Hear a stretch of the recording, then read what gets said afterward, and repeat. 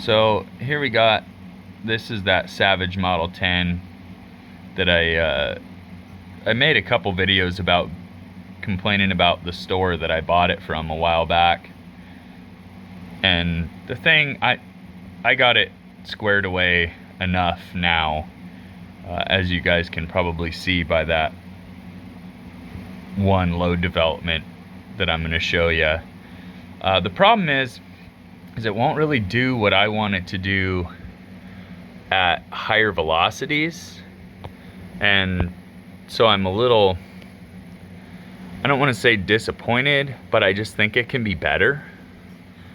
So I was just cleaning it here and thinking about doing another load development, because that load that shot that half-inch group, the velocity was like 2470 average, and the max for this gun is closer to 2650, and so I'd like to be a little bit closer to max with a load. And so I can either continue load development or do something to try to accurize this rifle a little bit. So while I'm cleaning, I ran into this. So this rifle has all of these little micro bumps, I guess you'd call it, from when the button was pushed through.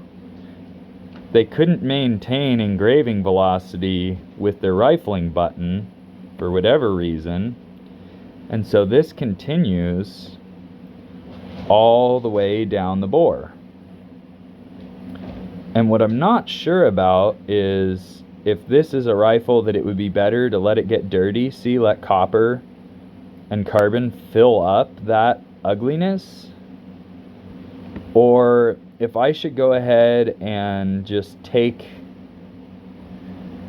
the effort to try to polish that out. Like, I've taken a couple bores of rifles that I own and lapped them to super mirror smooth, and it made them shoot really, really well. See, look at that.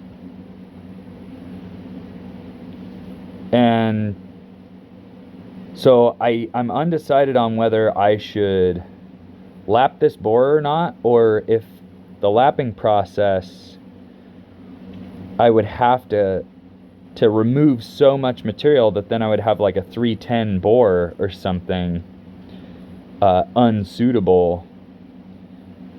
So I'd like an opinion, what you guys think I should do. Just run it and like try a test where I run it dirty and just run it, or if it's worth lapping this bore.